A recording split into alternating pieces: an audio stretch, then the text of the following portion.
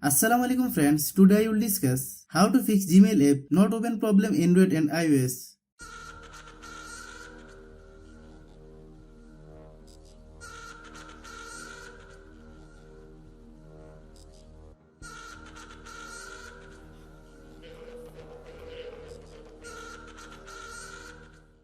Click settings, click app management, click app list, click Gmail, click storage use, click clear data,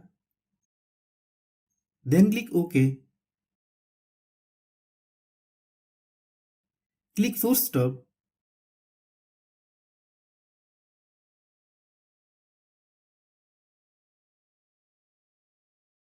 then open Google Play Store, then search Gmail, click Gmail. If you get any update, please update. Then open app.